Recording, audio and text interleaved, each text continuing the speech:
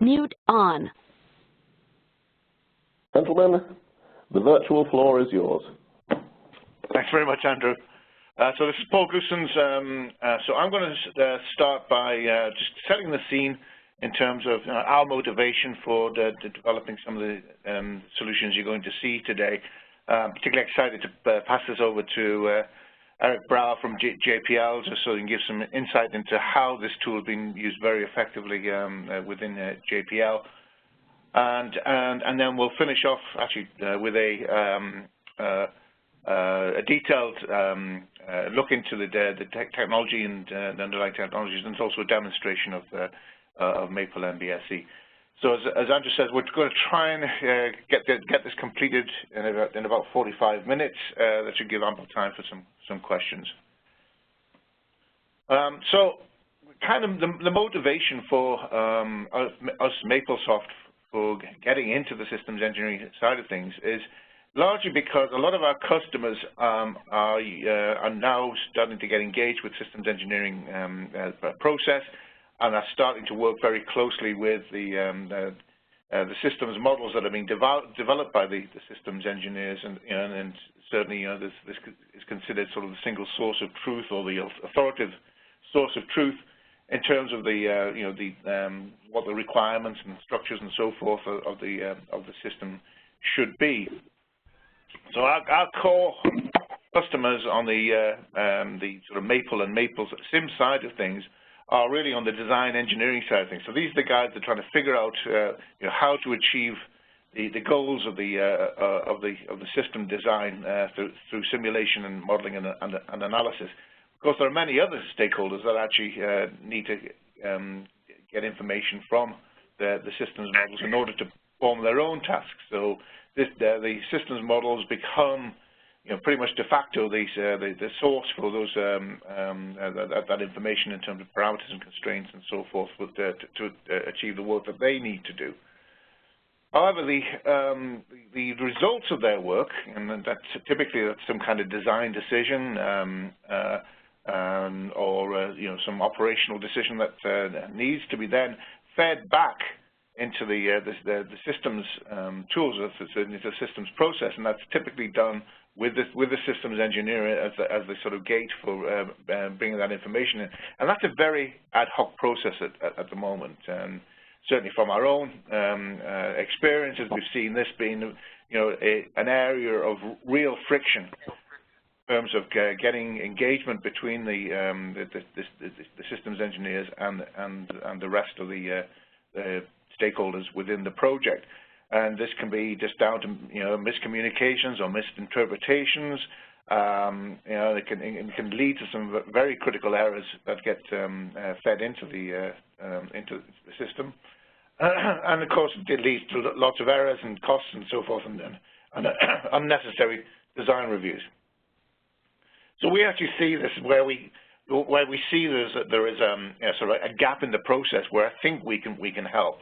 The way we can do that is by using Excel, and we see that Excel is the most popular tool really for any kind of business activities, and that includes engineering, where the interface is well understood, the actual approach to working with it with the model is very intuitive. And we see this as a way of being able to get all the other stakeholders to feed the design changes that they make into the systems model, and from that point, then the systems engineer can be doing the design review in collaboration with the rest of the stakeholders, but through the systems model. So we see this as the ideal scenario through the use of MapleMBSE. And of course, then now you have a very integrated means of performing trait studies or interacting with the systems models, trait studies, failure mode analyses, and so forth, as well as doing sort of verification and validation of the system design. So a lot of this kind of activity can be carried out by engaging, by getting the stakeholders to engage with that system, with the system model. But not only that, you know, you can get up to speed very quickly. It's the ramp up time is as fast as learning how to use a spreadsheet. And we see this as a significant way of reducing that friction, those wide open to interpretations and miscommunications, which then lead to errors. We can see this dramatically smoothing that friction point to a point where their costs are significantly reduced. And then at the back end, when you'll see this in Hisashi's presentation, this isn't just about a fancy spreadsheet. What we have is a very open underlying technology between Excel and the systems model or the PLM platform, which makes it very easy to develop interfaces with other data sources or other areas to integrate, as well as developing customized model views to be able to that are only specific for certain tasks.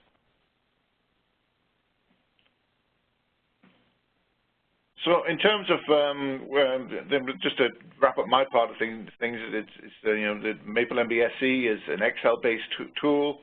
It provides a synchronized view into the model. So this isn't about exporting and importing. This is actually an integrated view of the model throughout and that includes structures and behaviors and also requirements. The UI or the view that's produced is automatically generated from that is specific to certain views, certain tasks and analyses, and this is integrated with certain systems engineering platforms such as Rhapsody and Magic Draw and Teamwork Cloud specifically. And really, for the purposes of the rest of this presentation, we'll be talking specifically about our integration with Magic Draw. But we should also make it clear that the back end, because it's open, very flexible, we can actually integrate with other systems engineering tools as well. If you want to find out more, you can go to MapleMBSE.com to get more information on that. So with that, I'd like to pass the mic over to Eric, and we'll take a look at some of the activities that JPL has been working on with our tools. Yep. All right. Thanks, Paul. Thanks, Andy. Okay, so I guess we can go to the next slide, and I'll go give a little bit of an overview. Yeah. Hang on a minute. Oops. Oh, Lord. I've got the wrong. Sorry about this. No worries. Oh, let me fire up.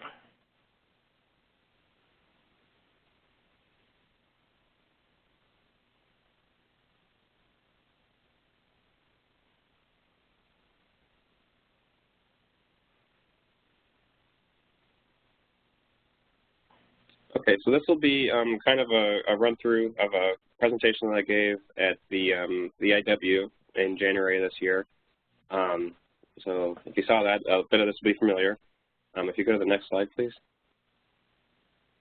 Okay, so what I'm going to talk about today, so I have to, with this case study, I'll be focusing on my efforts as an embedded role on Europa lander. But so I'm going to set the stage and talk about so some of the actors and the environment and stakeholders and stuff that allowed for the work that I did to take place at Mass JPL. So if we go to the next slide. So I work in a group called Computer-Aided Engineering at JPL. We have 4 what we call environments that represent the engineering disciplines at JPL. So we have electrical, mechanical, software, and systems. I work in the systems engineering environment.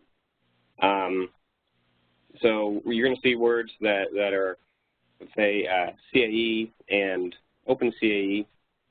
OpenCAE is basically the CAE environment, but including the users and kind of the inner source or scripts and stuff that people share within the environment as well. So it's not just CAE folks that write support all the tooling. We also get some support from users as well. Next slide. So this is a kind of a snapshot of what we call the OpenCAE systems environment. So you see that there's a lot of different tools in here. So you see, let me just explain kind of what's happening. So in the center of this notional diagram, you see a big pile of servers that are all kind of managed and living in, well, I guess the cloud, if we're not sick of that buzzword yet. So surrounding that group is a web services layer, which is kind of where the database world is all going. They go to web services that allow for atomic and asynchronous interaction with all these servers from anything that can connect to the internet, right? So, and then you see kind of orbiting on that web services layer are all of these client tools. So basically user-facing tools that can interact with data stored on the web. So this is kind of the notional diagram that we share to explain what we as CAE provide for our community. Is basically this framework where you can use, you can pick and choose what tools you want to use and then integrate with data in the central managed cloud servers or web services through web services. All right, next slide. So now we've talked a little bit about the environment that CAE provides. I'm going to talk about the Europa lander study that I was working on, that I'm working on, and then we're going to talk about some of the things that I did specifically on the flight system engineering team. So Europa is a very interesting moon of Jupiter. It's interesting because we believe there's some kind of not so rock solid ice underneath a very deep icy surface. So we think that there could be liquid water, which is very exciting from a search for life and search for ingredients for life search in our local solar system even. Additionally, it's a very complicated, it's in a very complicated spot. It's in sort of a radiation belt around Jupiter, so it's getting bombarded constantly, which makes for really interesting engineering problems, seeing as we have a lot of electronics and radiation mucks up with that. So it's a very interesting study, and we have some very, here are the very broad science goals, which you can find on the Europa report, which is free to the public online. So if you're interested in more, I think it's very interesting. Next slide.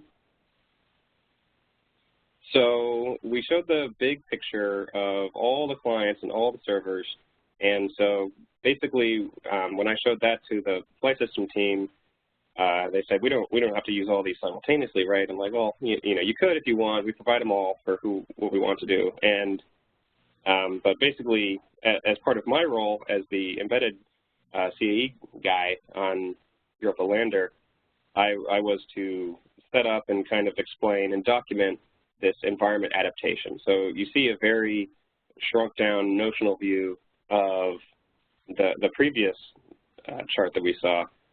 So you see that we have a selection of a couple tools here as clients. These are the clients that the folks on lander were going to use, and then I totally obfuscate the servers because your end users don't really need to know. They just need to trust the servers. They don't really need to know about admin passwords and port numbers and all these other random things because the CAE at JPL, we were the ones who were managing all that, so you could just trust it. So I'm going to be using this diagram to show kind of what we picked out of the provided CAE systems environment and how we used it to achieve some JPL, to produce some JPL products for the Europa lander study, which should be on the next slide. Yeah. So here's some products. Actually, go to the next one, please. Yeah, so we're going to talk about, so we have a whole list of system engineering products. I think this is something that's pretty typical across the industry, is you have these, no manager is going to log in to the database or open up like your CAD tool and look necessarily at exactly the thing that you're modeling or run the simulation itself. So you have these intermediate gate products. So there's some that you send pretty like pretty regular reports, like once a week or something, like just to say like what the current mass of the spacecraft is. We were targeting these major system engineering products, so we're going to go through all these, but these are the main ones that show up at the major design reviews. So they were pretty critical to the JPL process, and we were going to use this systems environment adaptation to produce some of these products, just for the responsibilities of the flight system engineering team. Go to the next slide, please. Okay, so the first one is a pretty basic one. We're gonna talk about them in kind of increasing complexity. So the first one is what we call the master equipment list, and what this is kind of an accounting scheme for the mass typically, but maybe some other values of all the items on the spacecraft. So it's important that that you keep track of the mass of the spacecraft, because there's a rocket equation, and physics doesn't really care if you carry it at 1 or not. It has to fly. So basically this is a large table which each component in it has a very strict specification. Like all components have some sort of mass accountability, and then we apply these uncertainty principle. This uncertainty level onto it to build out our contingency, so we can track that as we go through the mission life cycle. If you go to the next slide, please. Okay, so this is basically how we implemented it. So you can see highlighted in red are the tools that were most commonly used to interact with the MEL. So I guess the main one, the first one we did was we had a template in MapleMBSE that would allow for basically the addition of new components, the edit of component value properties and whatnot, all in Excel, which was nice, because traditionally this MEL was only kept in Excel and then kind of emailed around, and then you really lost a lot of version control over the thing, and you had a bunch of MELs with like _V2 and _V2 final and all sorts of stuff like that, which is just a lot of overhead. So now that we were connecting to this database, we could create new components in Excel still using MapleMBSE and edit the properties, and it was all version controlled back in the managed web services. Additionally, we were able to use another tool called Zendaya from Intercax to integrate with the mechanical CAD models in NX, and then link those, which traditionally had been separate from the system engineering master rollup. So we had some accountability and some value flow backward and forward between the system engineering and the mechanical teams to actually track these things even across disciplines. So that was already a big improvement as well. And then additionally, you see View Editor. View Editor is one of the open source tools over at MapleMBSE, which I think I have some slides in the back for that. But so that's a really good tool for just presenting all the data. So we did custom views of the system model, where you can write queries against the actual database, and then present them on a web page and share the links and stuff like that. So that's how we constructed and managed and published the MEL. Right, go to the next slide.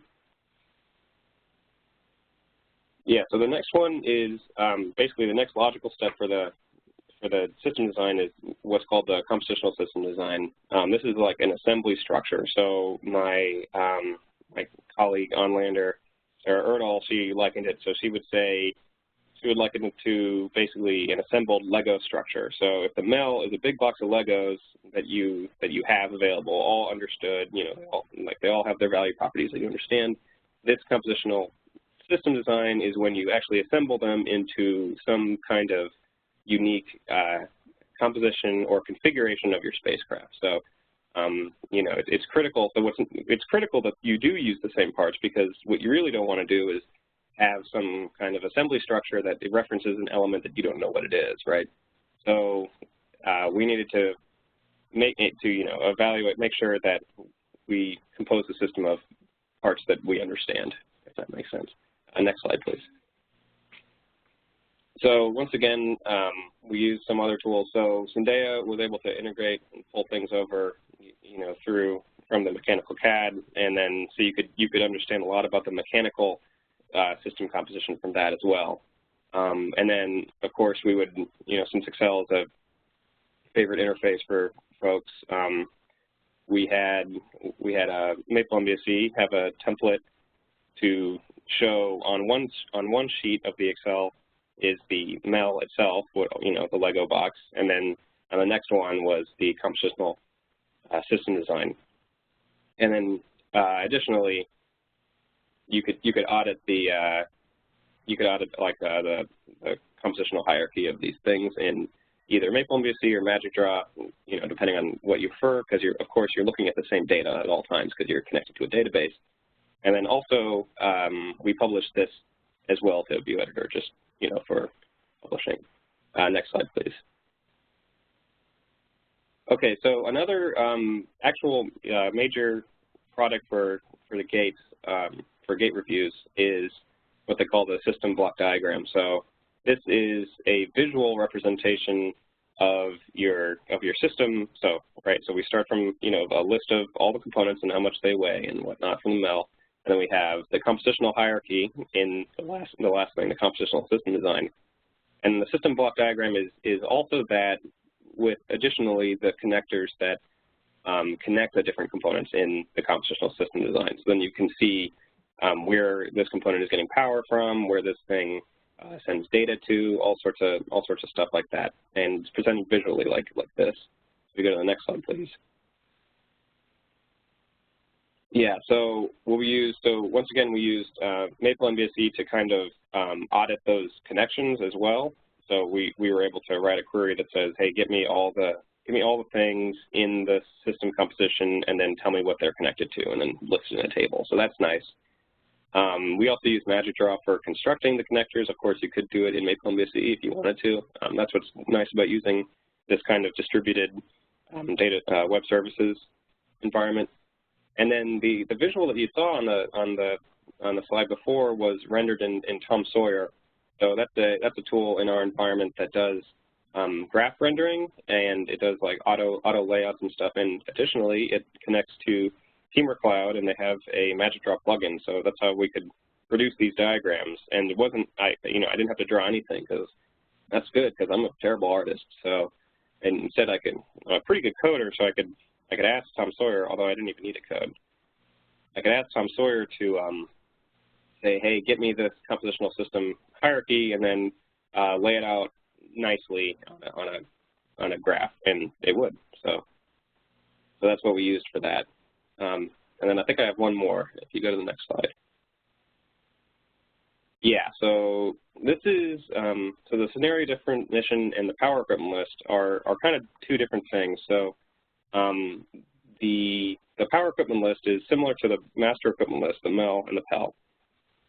The PEL is a list of the subset of all components that are actually powered, and then that lists off all the modes of those components. So like you have a component that can turn off and on. You list out those two modes, and also at the specification of the power draw in those modes. So maybe it has like 3 modes. It looks like some of these have, like they have on, off, and hold.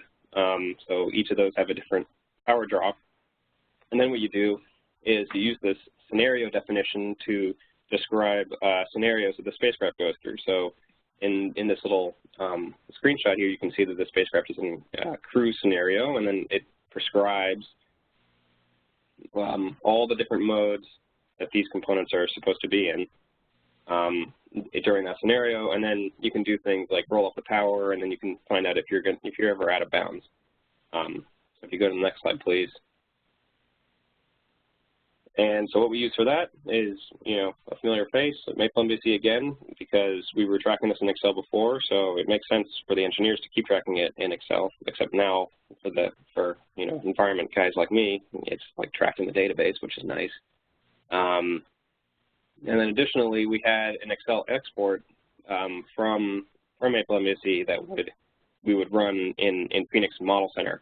Phoenix Model Center is it's an analysis tool that they were already using to basically run through the full simulation analysis and some trade study work on how much power is needed, right?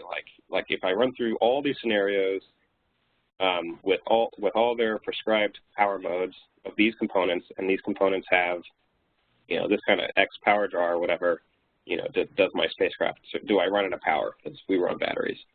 So, it was nice that we could do it in like a database kind of sense, using MapleMBSE and View Editor and Phoenix, because then, for running our analysis on the system, we knew what version everything was, and we were able to trace like what changes have been made and what you need to test against. So,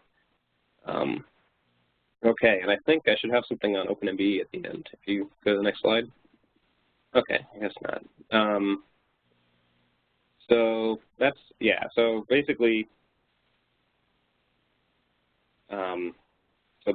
we kind of came into this, the Europa lander study at kind of an early stage, which was good.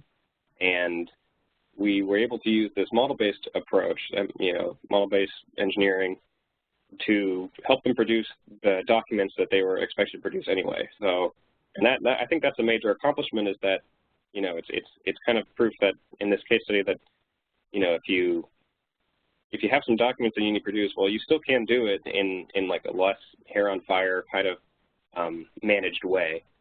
So, and it really did work. So, I think that might be the end of it. Next. Okay, there's the slide. Great. Okay, so I want to plug this. So we're talking about kind of integrating, the democratization of the system specification, and integrating with a lot of different tools in some kind of big environment. So there's an open source community for this, of which JPL is a participant and adopter.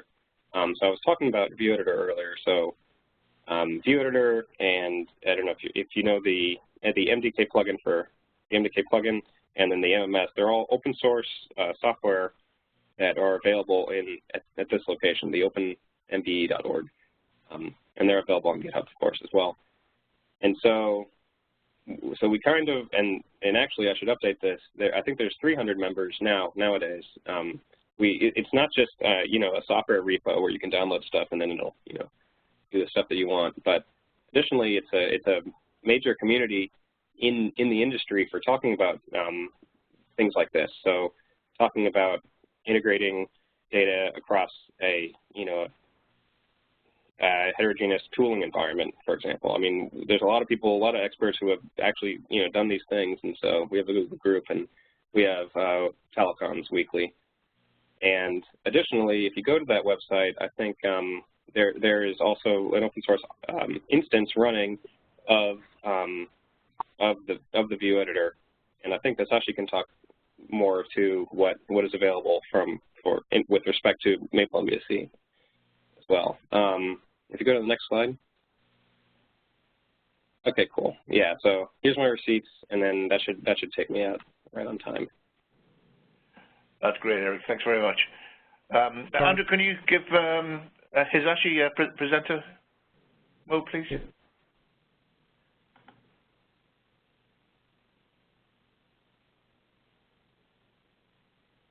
Should have presenter mode now. Eric, thank you for presenting the great motivating examples. And I've showed some demonstrations of how MapleMBSE looks like and how you can use that environment. Our demonstration environment is roughly speaking about connecting to the Teamwork Cloud so that the multiple users can work concurrent manner. And the MapleMBSE, we don't demonstrate today was rapid integration, but the MapleMBSE is quite extensive framework so that we can support the multiple tools by extending adapters, and we are working in MapleMBSE to deliver that type of open environment. Okay, let's open some models from MapleMBSE, and it's quite easy, just clicking some shortcuts. Pick out type of desktop application. First, you have to select the configuration file. Configuration file defines how to map the models into spreadsheets, and for the end users, just selecting the configuration file, and the MapleMBSE asks users to log into Team Cloud.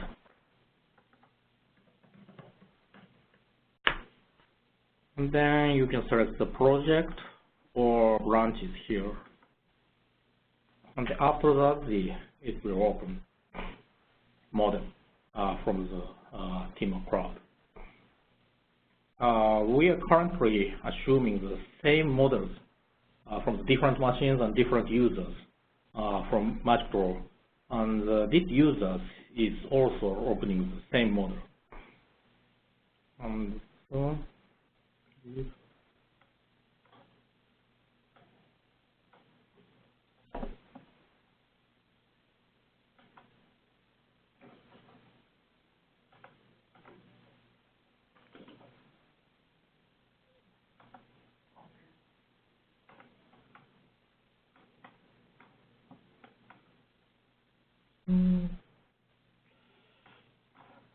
well, there's something wrong. Let me use the backups.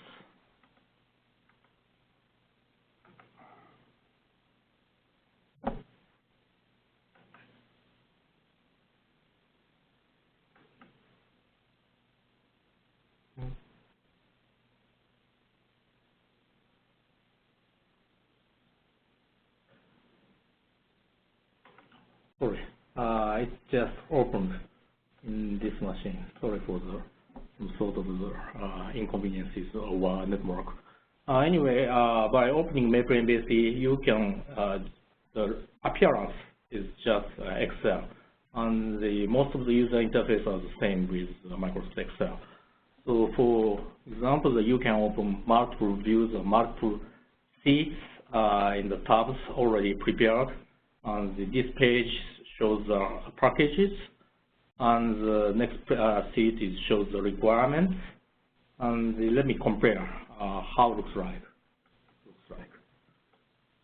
Here, requirements is listing each requirement corresponds to the rows in the sheets, and also you can see the dependencies of the derived requirements. The other sheets can show the other view matrix format that shows also the requirements or requirement sheets, so that you can edit the dependencies. Okay, let's type some model elements here on the requirements. For example, the R06 and so the safety and the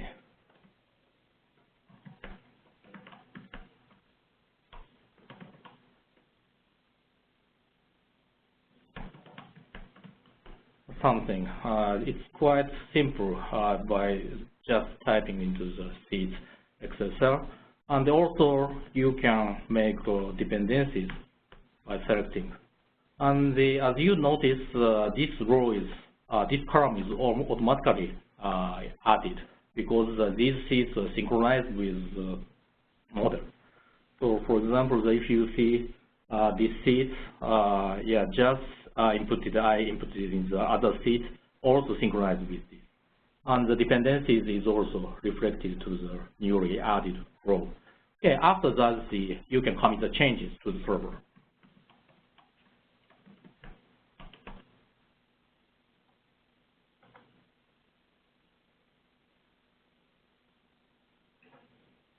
Now, after that, from the match draw, the other users can get the update.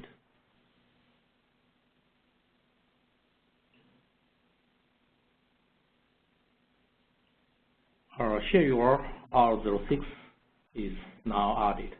And also you can show the display classes as well, so that we can see the new dependencies as well.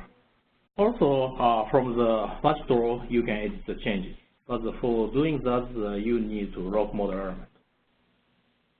After locking model element,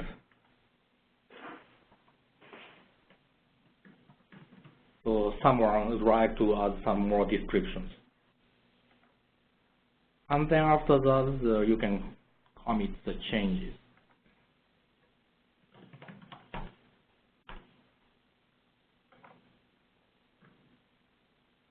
Okay, from the MapleMBSE, the other users, you can reload the changes.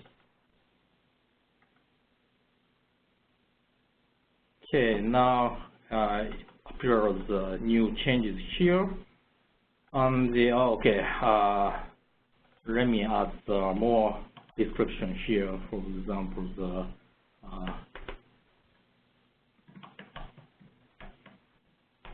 or something, but it's rejected because currently the model element is locked by the other users who is using match draw.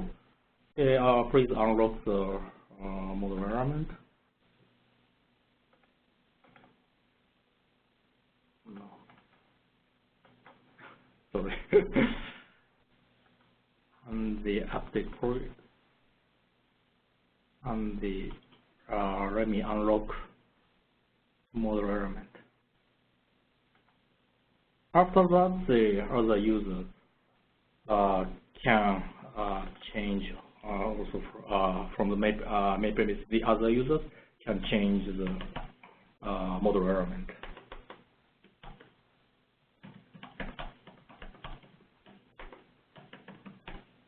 Okay, now you can come to changes.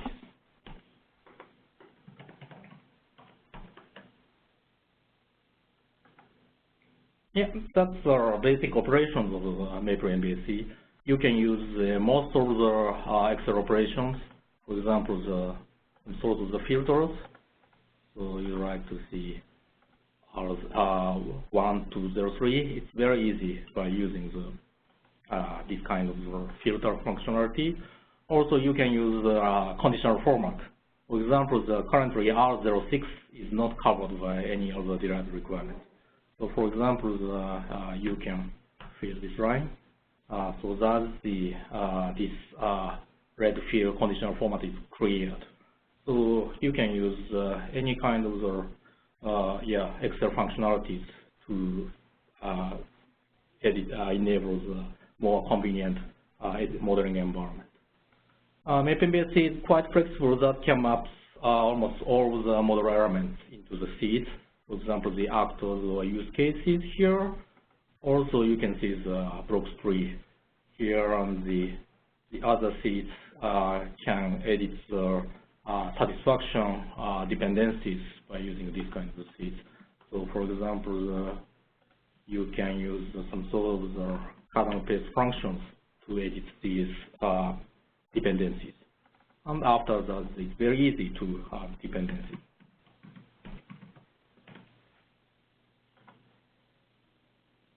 So, for example,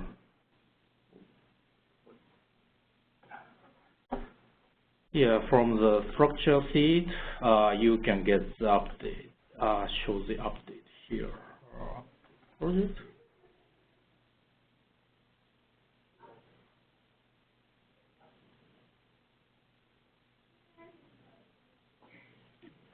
And then you can see lots of dependencies here, and then just drag and drop to show how these blocks depend on requirements I just added. Okay, let me exaggerate what's the critical point of our contribution. Why this kind of interactive spreadsheet is very critical for the practical modeling. For example, the many modeling tools are already supported. We are supporting Microsoft Excel, but it actually is a simple import and export, but it's not practical at all. For example, if you'd like to edit the right-hand side of the figures, as if you change there's some model element, you need to update lots of sheets, because more sheets information is mapped in many ways or as a very flexible manner. So it's not quite practical for typical users to keep consistencies of the exported Excel. And if you delete something, the situation is much more complicated, because many model elements should be deleted, dependencies or associations, so that many sheets must be updated. So we need that kind of just-in-time synchronization. It's quite critical for this type of spreadsheet-based modeling. And MapleMBSE is quite, as I said, flexible architectures. We can support the multiple modeling tools, and we use open support the open interfaces provided by MapleMBSE, and by using that open interfaces, many vendors or users can contribute to support the various multiple applications or tools. We are currently supporting NoMagic and Rhapsody, but we'd like to support more in the future.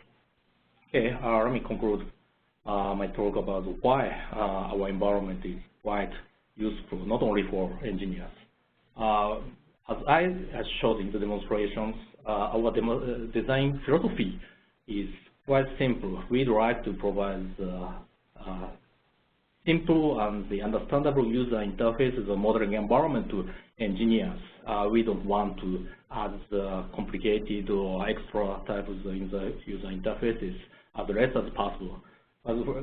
Excel environment is great, but it's hard to manage traditionally, because sheet informations are not well formalized, and it's very hard to keep consistencies, also keep the synchronization with the modeling environment, as I explained in the import and export situations. So the IT managers would like to introduce a more centralized repository or provide a single source of truth. So the solution by our the tools is quite good, that can satisfy both types of requirements. Excel is quite pure Excel from the user's perspective, and it's also the manageable models, and we can standardize many front ends of many tools. Okay, thank you. That's my talk. Okay. Thanks very much, Hisashi. Andrew, could you give me back presenter mode, please, and then we'll wrap up. Should have that now. Yep. Okay, just to wrap up, thank you, Eric and Hisashi, for your contribution to this presentation.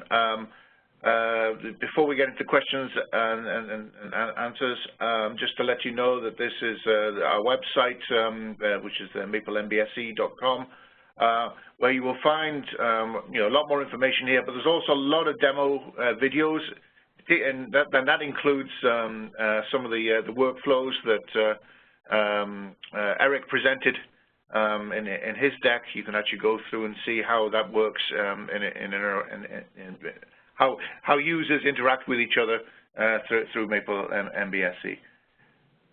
So with that, thank you very much for your time and attention. We'll open the floor for any questions. Eric, Paul, Hisashi, thank you for a great presentation on encouraging broader engagement and collaboration across the enterprise using MBSE tools. We've got a couple of questions in, so if you have questions, now's a good time to get typing. The first one is from Philip Wilson. How is data access in the enterprise controlled? What stops user A changing a data item in Excel at the same time as user B changing the same data item in it, for example, Magic Draw? That's probably one for you, Hisashi. Yeah, I think I demonstrated, that part of us in our demonstration. Simply speaking, we are supporting some sort of the configuration management environment as well. Actually, the MapleMBSE is just front end in this perspective. Teamwork Cloud can manage that type of concurrent development environment. But the very important point is we are providing very simple and some sort of thin interfaces for the users, so the IT managers or users can focus on that front-end environment, and we can separate the concerns to the modeling interface part and the configuration management part. So that's we provide the leverage the existing configuration management environment. The next one, I think you've also answered. It's from Mike O'Neill. Are the Excel spreadsheets read-only or two-way? And I think they're two-way. Yes. Okay. Let me answer the questions about the. We are supporting the two levels of that type of the read-only. Of course, the model element itself is read-only. MapleMBSE just shows that type of the feedback to the users. Also, you can use Excel locking, cell seed protection mechanisms to protect something, from the user's input. So I've got a question. How well do different tools from different vendors integrate with each other? Our design requirements are so vast and complex, we often need multiple tools. Okay. I think we are supporting, technically speaking, we are supporting very high level of the modeling specification. It's called Net Object Facility, and that is quite powerful. That can models, for example, the UML or XML, other for the domain-specific languages as well. And the MapleMBSE itself does not depend on some sort of the specific models. So that's why we can support the vast range of the modeling tools. And it's quite pluggable and extensible, so that we can use any kind of the meta models provided by eCore. And by using that type of external eCores, we can support almost all of the modeling tools that can map into that type of the meta model framework. So just to jump in on that, Andrew, the back end to MapleMBSE is very open, as we've sort of emphasized a few times, and but it's not for the casual user to do that integration. We provide the services for doing that, either to train the people in IT, as we have done with the JPL guys. They're very adept at doing this kind of work, or we can do it for our customers as service contracts. I have a question from Ivan Famoso. Is an integration with SparkSys Enterprise Architect foreseen? It's on our radar. We are looking for customers.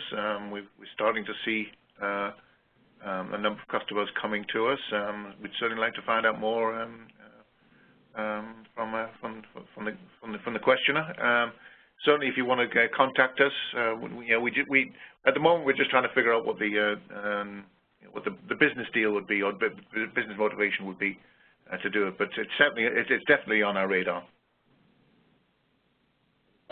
Question from Timothy Bourgeois: are the updates as rapid with DAWs as you demonstrated with Magic Draw?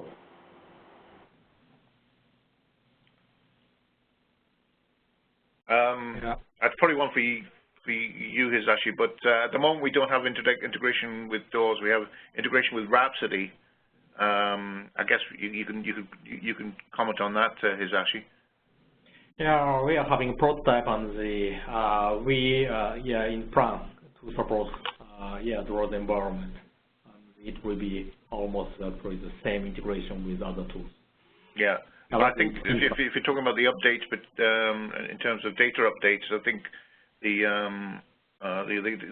thing that sort of is the choking point is actually the network performance. But I don't think I've seen any significant delays in some of the prototypes we worked on, and in particular with Rhapsody. We have a question from Julian Cameron. Is the presentation available for download? Yes, it is. or will be. So you'll make it available for to be loaded onto the INCOSE website as a PDF or something? Yes, that's correct, yes. Okay, thanks. Got another question here. Often systems have hierarchy from system to subsystem to more subsystems to components. And sometimes different subsystems designers will work independently. This can lead to issues. How does MapleMBSE address this problem? I don't know if that's one Eric, is that one you could yeah, I think I can speak to that a little bit. And not just MapleMBSE specifically, but generally speaking, we're at JPL, so we also had that concern where we had subsystems that wanted to integrate with you know, the broader system model, but didn't want to have to, you know, they were afraid to step on other people's toes and mess up some other subsystems work, and B, they just kind of wanted to focus on their view of the model, and I think view is the right word for it. So with tools like MapleMBSE and View Editor and there's other tools out there too, but this is mainly ones that I use day to day.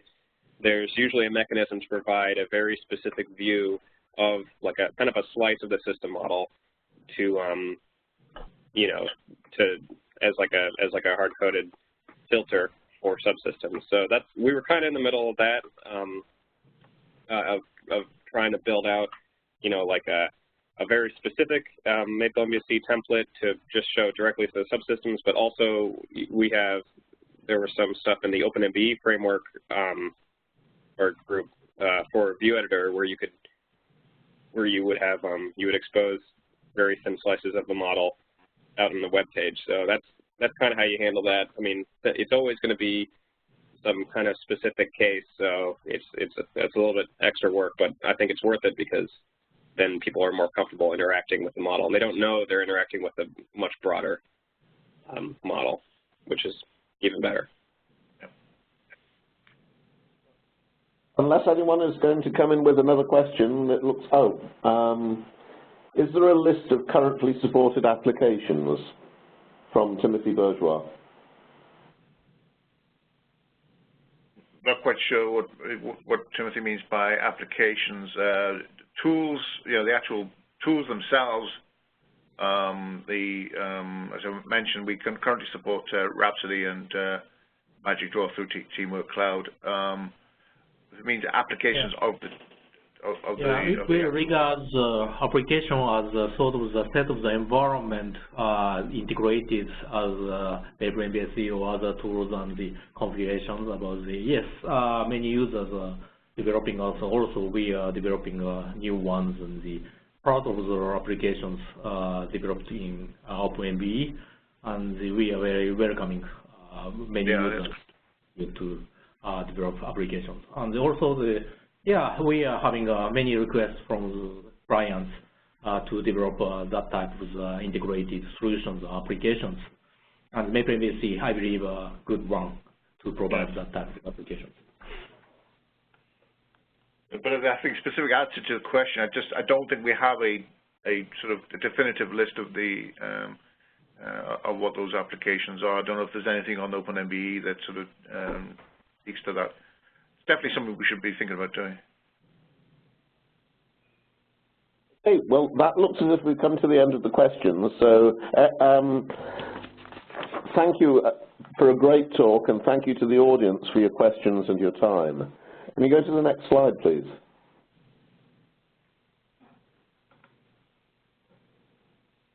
The next slide shows our upcoming schedule. Actually, it's a little bit out of date because Dick Fairley has postponed his webinar. So the next webinar will be on Wednesday, the 17th of April, 2019, when April King will give a presentation on systems engineering concepts and their relationship to first-time quality. Additional webinars will be offered on the third Wednesday of each month through 2019. Please note that if you go to the website shown here, you'll see more information about the webinar series, including a way to view the last 121 webinars and soon this webinar as well. Next slide, please. As mentioned earlier, you can now claim 1 PDU credit towards your Systems Engineering Professional Recertification by attending this webinar. You may also claim this credit retrospectively for INCOSE webinars that you have attended and where attendance meets the qualification requirements. Please contact INCOSE if you wish to know which webinars you attended and if you met the qualification requirements. Thank you again and goodbye. Thank you very much to the presenters for their presentation. Thank you, Andrew. Thank you.